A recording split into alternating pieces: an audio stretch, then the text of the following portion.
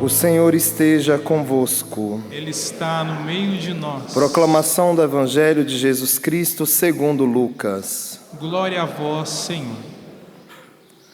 Naquele tempo vieram algumas pessoas trazendo notícias a Jesus a respeito dos galileus que Pilatos tinha matado, misturando seu sangue com o dos sacrifícios que ofereciam. Jesus lhes respondeu: Vós pensais que esses galileus eram mais pecadores do que todos os outros galileus por terem sofrido tal coisa? Eu vos digo que não. Mas se vós não vos converterdes, ireis morrer todos do mesmo modo. E aqueles 18 que morreram quando a torre de Siloé caiu sobre eles, pensais que eram mais culpados do que todos os outros moradores de Jerusalém? Eu vos digo que não, mas se não vos converterdes, ireis morrer todos do mesmo modo. E Jesus continuou esta parábola. Certo homem tinha uma figueira plantada na sua vinha, foi até ela procurar figos e não encontrou. Então disse ao vinhateiro: Já faz 3 anos que venho procurando figos nesta figueira e nada encontro. Corta-a, porque está inutilizando a terra. Ele, porém, respondeu: Senhor, deixa a figueira ainda este ano. Vou cavar em volta dela e colocar adubo. Pode ser que venha a dar fruto. Se não der, então tu a cortarás. Palavra da salvação. Glória a vós, Senhor.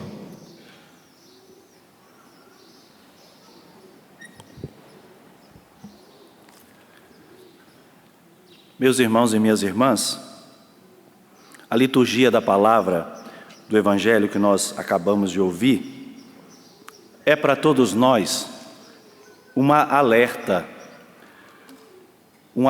sobre aquelas conversões que nós programamos, sabe, naquele futuro indeterminado que nunca chega, aquelas conversões que nós vamos adiando, que nós vamos procrastinando e nunca colocamos em ato.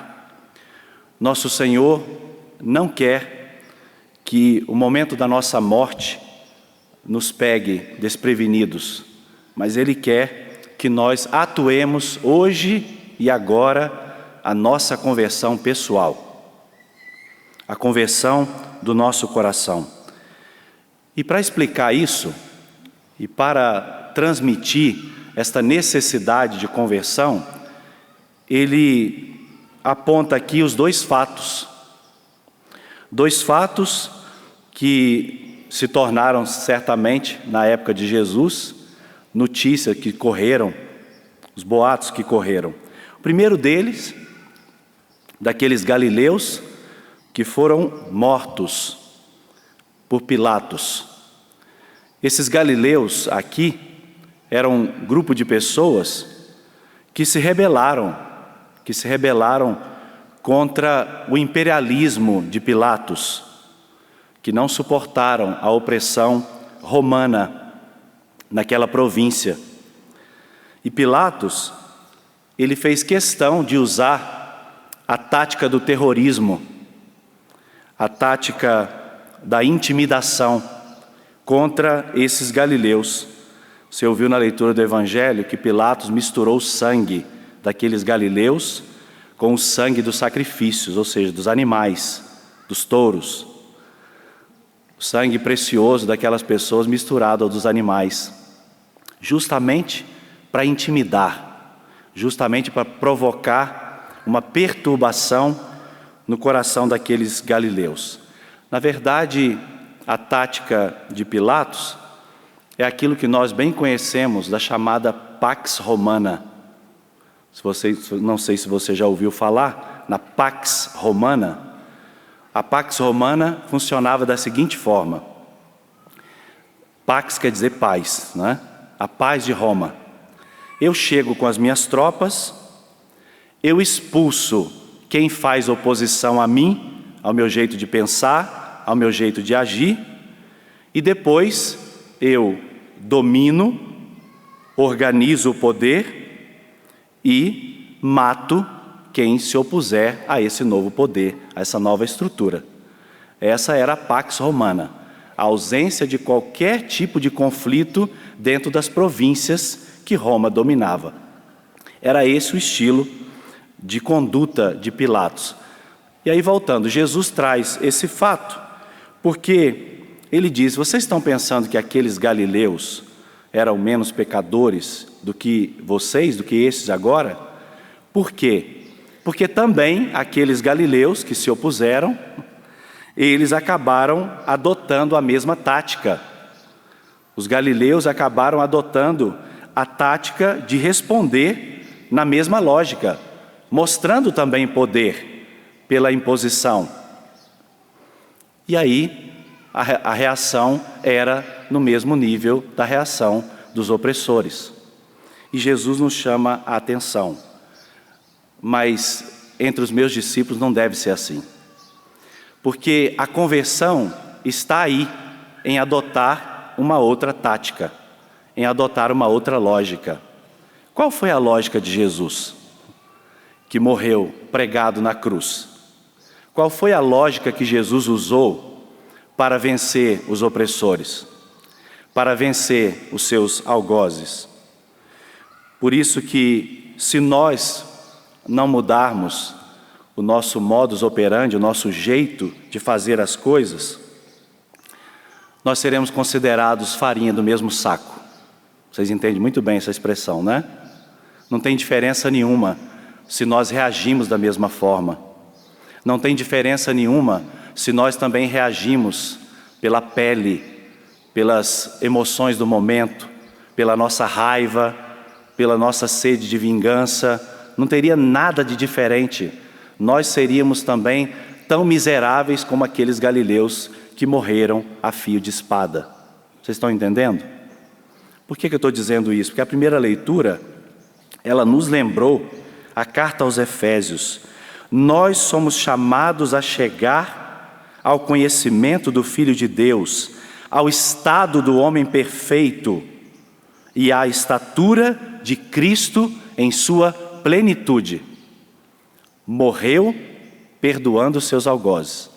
É a essa estatura que nós somos chamados a chegar, a estatura de Cristo, e não de nos nivelar pelas realidades humanas, pela nossa lógica humana, o nosso jeito de resolver as coisas. Nosso Senhor está chamando a nossa atenção para isso. Então esse foi o primeiro fato que Jesus apresentou. O mal vindo das relações humanas, né? O ser humano, segundo os filósofos, né? O homem políticos, ou seja, o homem feito para polis, para os relacionamentos, ele se destrói por causa dos relacionamentos, pautados muitas vezes, né? Na sede de domínio, na sede de poder. Jesus está dizendo, com os meus discípulos não deve ser assim. O segundo fato que Jesus apresentou foi aquela torre de Siloé que caiu. Um mal provindo da natureza. Um mal provindo de forças da natureza. Até alguns historiadores associam esta torre que caiu a um terremoto, né? Realidades da terra. Quantos irmãos nossos, né? Que padecem muitas vezes em suas vidas por causa de fenômenos climáticos, enchentes, terremotos, né? Mas aqui, Jesus quer chamar a nossa atenção para mostrar que a morte, ela é um evento na vida de todos nós. Ela vai ser inevitável na vida de todos nós. Mas o mal não é a morte, mas o mal é o estado como se morre. O mal é viver mal, é não estar preparado para o dia definitivo da nossa vida. Por isso Jesus chama a atenção dos seus discípulos, de cada um de nós, do perigo que nós também corremos, de viver a nossa vida com certos comportamentos, com determinadas atitudes, como se não houvesse aquele amanhã, aquele dia do Senhor, o dia em que nós vamos nos apresentar diante dele para sermos julgados dos nossos atos. Jesus está chamando a nossa atenção. Vivamos bem o tempo presente. Aproveitemos bem as oportunidades que Deus está nos dando no hoje e no agora da nossa história.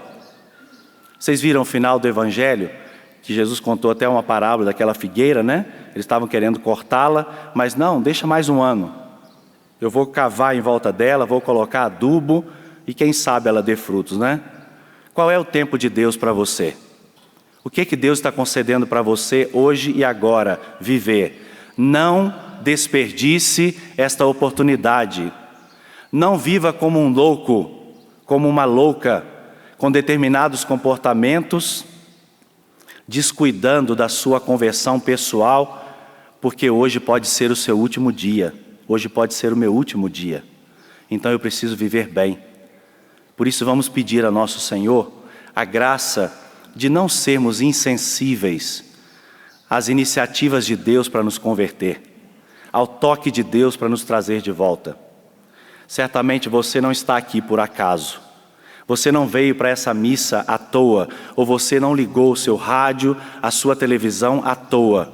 Você está dentro do movimento da providência divina para trazer você de volta para Ele. Feche os seus olhos e peça agora ao Senhor que você corresponda no hoje e no agora da sua história à iniciativa de Deus para te converter, para te trazer de volta para Ele.